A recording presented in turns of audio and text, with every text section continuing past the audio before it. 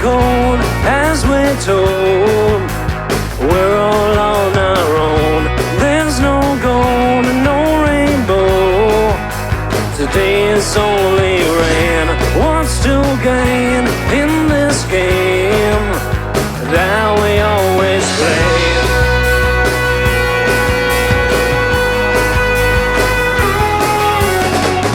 On the other side, will you still be mine, or is that taken away? Love will make you blind, find it out in time.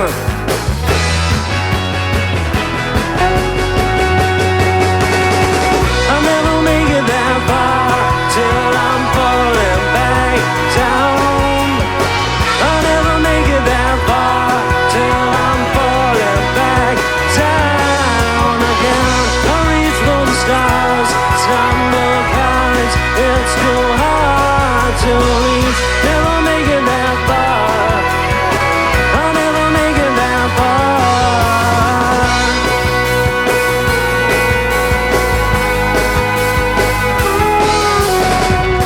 In a home with no windows, let the light come in on your own, alone soul.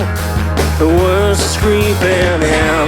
Play the game, it's rather plain. It all seems I'll never make it that far till I'm falling back down. I'll never make it that far till I'm falling back down again. I reach for the stars, sign the cards, it's too hard to reach. Never make it that far. I'll never make it that far. I'll never make it that far till I'm falling back down. I'll never make it that far till I'm falling back down again. I reach for the stars, snap the cards, it's too hard to reach. Never make it that far. I'll never make it that far.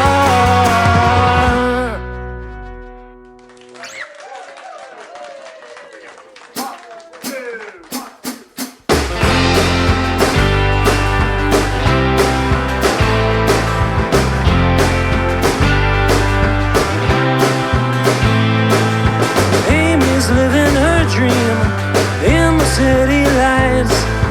City never sleeps. I like my quiet street. She likes to sit on Main Street and watch the cars go by. She dreams of New York City with stars in her eyes. Days go by. She calls from time to time. I'm on the line. It's always on my mind. Yeah, these days go by. You can tell she wasn't happy by the look in her eyes as we stood on the balcony, planned out our flight. She wanted to get out of here, leave it all behind. Well, the grass is always greener on the other side.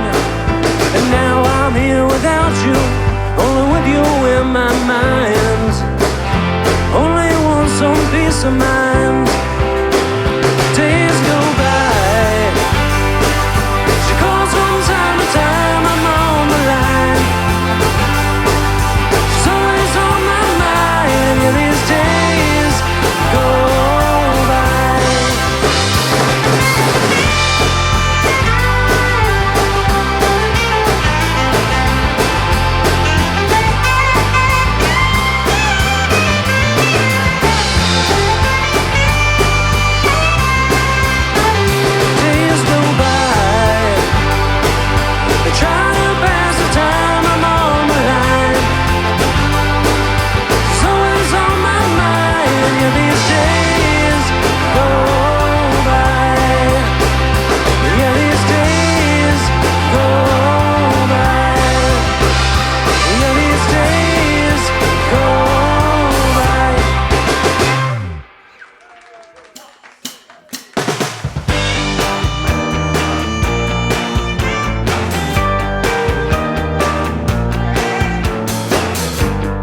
can't go back, can't rewind. You got one chance, and I got mine. Running in place, walk the line, but now the charges don't fit the crime. Let's get out, let's get out while we can, while we can. I'm your man. Let's get out while we can. I can't rewind, can't go back.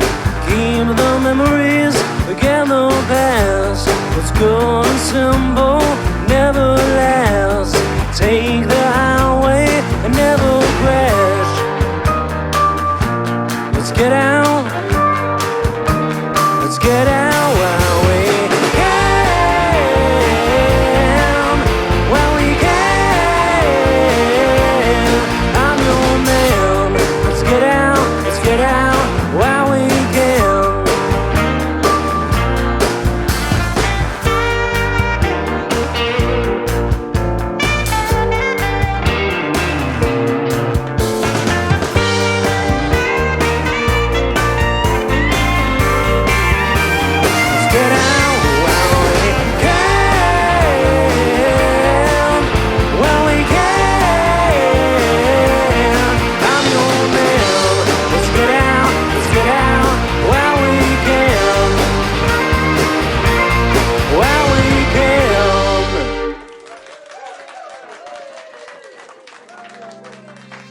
Well, welcome back to the Sounds of Nashville Podcast, my friends. I am joined here today with our usual host, Trevor Tobin.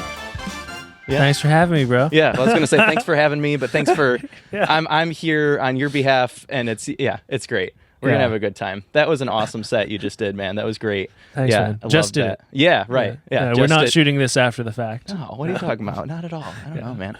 Yeah. Man, Days Go By. I love that one too. Thanks, man. You did awesome. You've been doing awesome stuff with music just in general recently. I mean, in the community, but also, an album of your own you just put out recently. Tell me about it. Yeah, so the album is Heartache. I recorded all that with the Blue House Band. That album, and then one more album coming later this year. It's been really fun recording stuff with the Blue House Band. The set that I did today was really just interesting for me to choose because it's in reverse chronological order of when I wrote songs. Yeah, there you go. It's going to be the most recent, most relevant, and then we're diving further in as we go. That's kind of a cool dynamic. Yeah, and it's funny the way things work because then the order of recording them is opposite. So Far was a single I did where I played all the instruments and recorded it before I knew the Blue House Band. And then Days Go By, recorded with the Blue House Band. That was a single before the album. And then While We Can is the name of the next album that I'll be releasing. Oh, that's so cool. So I'm excited for that. Yes. I mean, you got the whole trio just represented in the whole thing. Now you're a multi-instrumentalist yourself. I mean, you between recording with the Blue House Band and then recording all yourself, how's the process different? I really like recording with a full band. I started out playing in bands, so that was really the way that we would write songs, and I really enjoyed that. But through moving, I ended up just not having a group of musicians for a while in Nashville. Sure. So, ironically. Yeah. Until I found the Blue House Band and other people to work on music projects with, I thought, well, since I play every instrument, I guess I just have to play every instrument on these songs. No, I mean, that's so cool. Now, do you ever write songs like anticipating certain ways that you would say, I mean, working with the Blue House Band now, lend a guitar solo to Alex, for instance, or a sax solo, is there, do you take into account like the people that are going to be playing the songs as you write them? I try to always write songs with a gap for a solo of some kind. Sure. Because playing with bands, if you only write songs that don't have guitar solos, then your guitarist or your keyboard player, people are going to be bummed out because there's no chance to shine. There's just these songs that it's just all singing the whole time, and you're just basically like a backing band. Yeah. And that's not fun. I want to make sure that there's moments for the rest of the band to shine, and it keeps it interesting. Oh, sure. Yeah. I mean, that dynamic, it's literally like showcasing the people on a stage. That's, that's how I hear it. And I mean that, and that album too is mixed like a rock album. Your vocals are just as present as, all the other solos in there. And I think that's a really nice dynamic that you know your sound, what you're going for with that.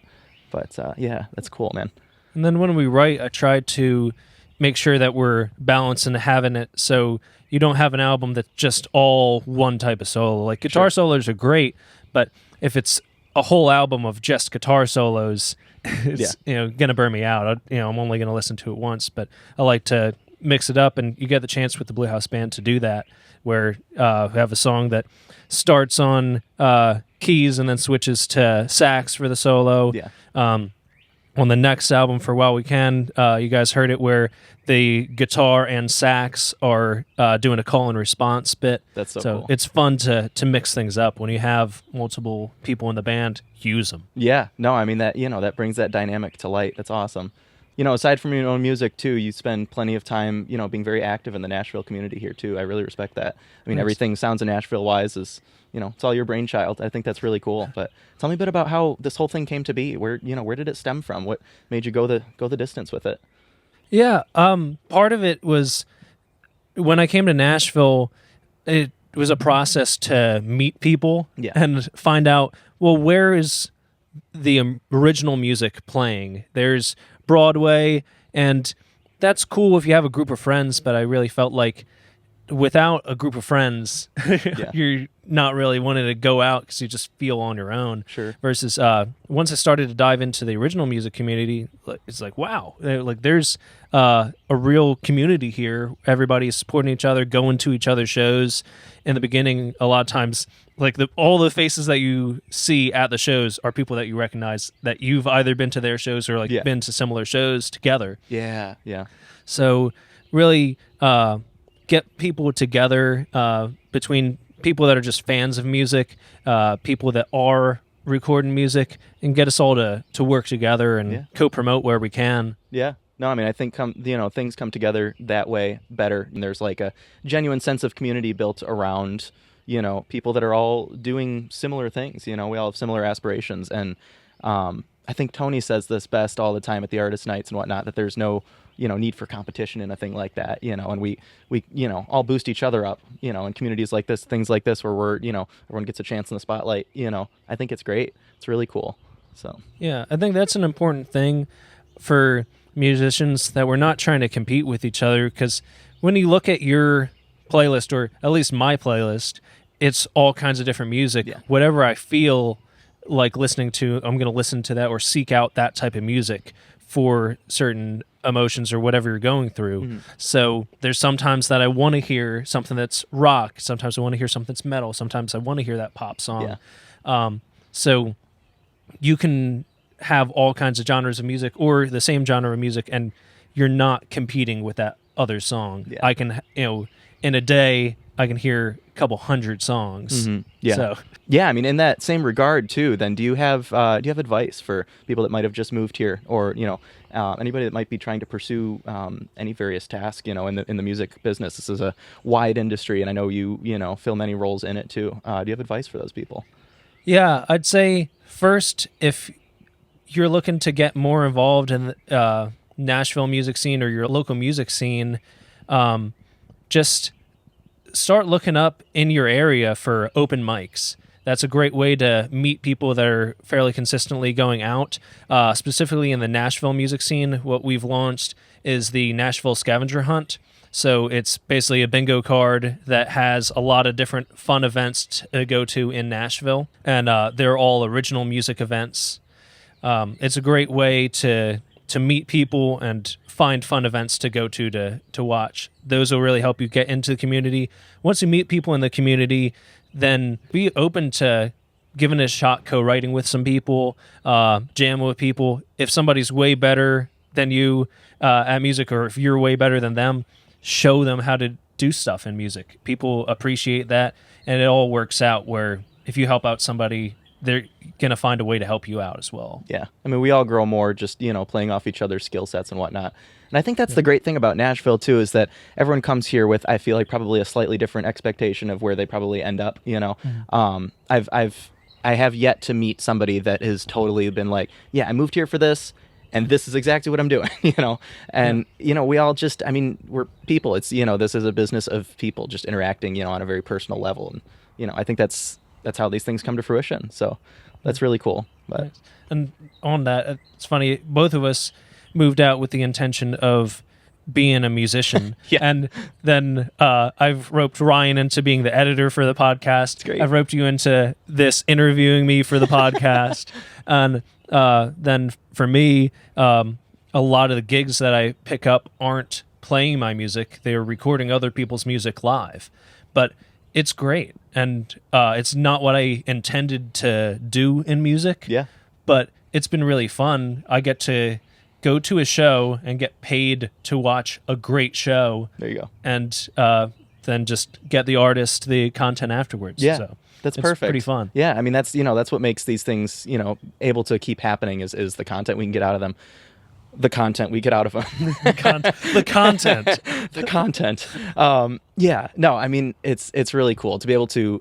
I feel like the thing that makes me know if I'm doing the right thing is just how fulfilled I feel doing it, regardless of if it was my initial intention doing it or not. But I mean we're doing great stuff, being able to get new versions of these songs out for folks with an amazing band backing. It's it's just an amazing community. So back into the original music front, I wanted to ask you about a specific lyric that I really like, the bridge to Heartache. Could you tell me a bit about it? Because I know you're master of dad jokes here, and I think that writing music is probably just a good way to put a little cloak on that, if you will. But tell me about it.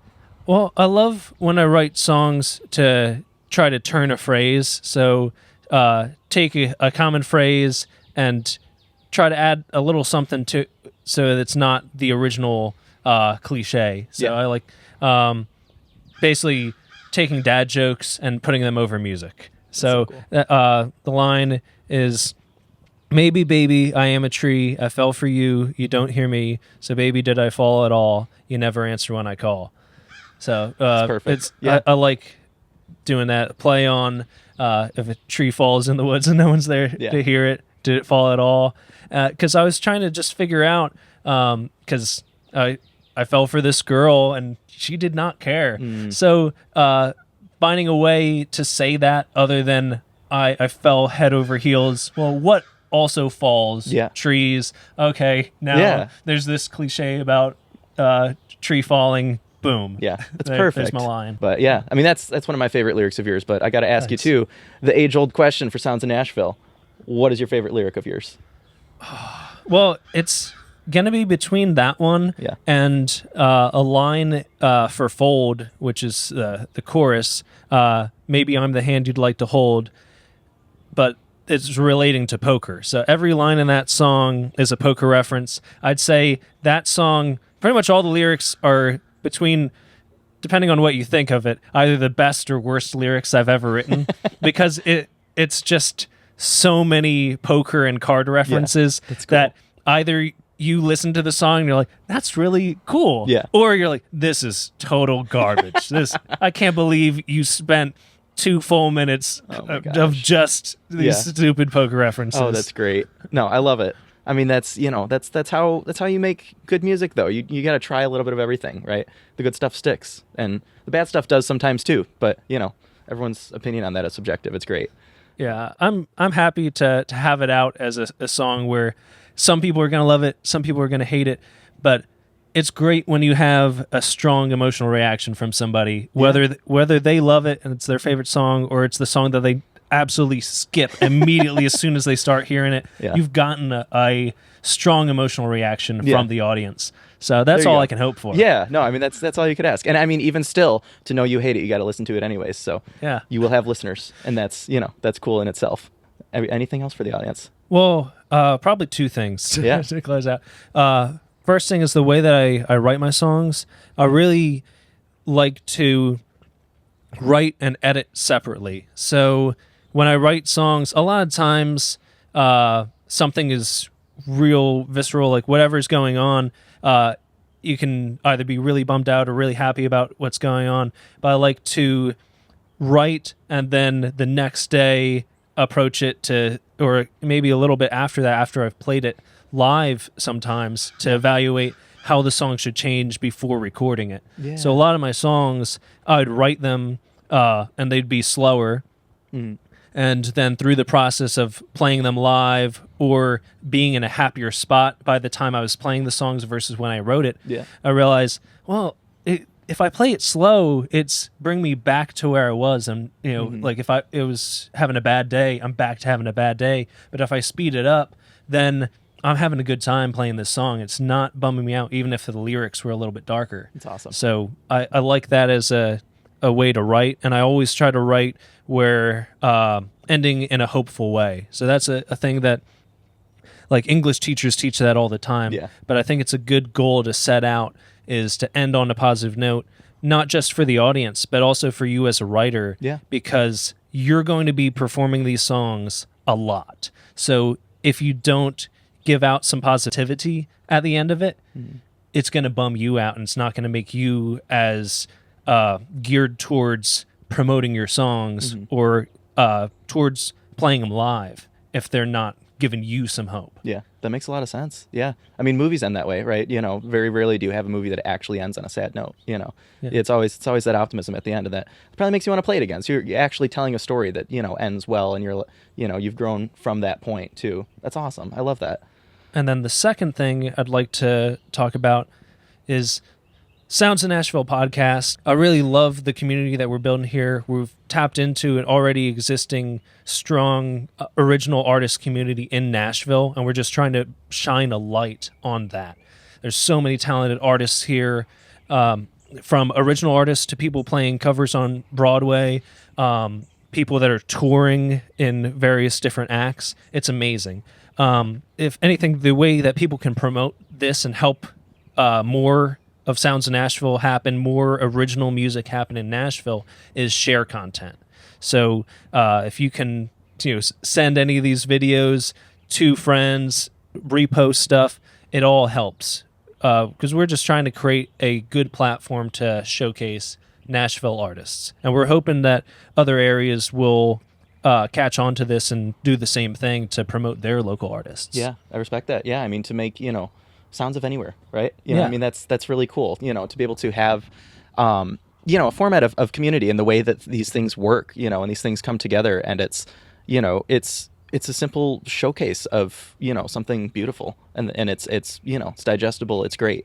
I love what you're doing with the the podcast itself and everything that this does for the community around here. It's really cool.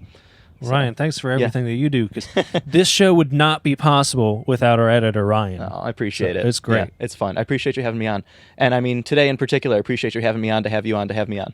It's great. So yeah, Trevor, thank you so much. Yeah, I'll talk to you soon. This has been the Sounds of Nashville podcast. Thank you so much, and we will see you soon.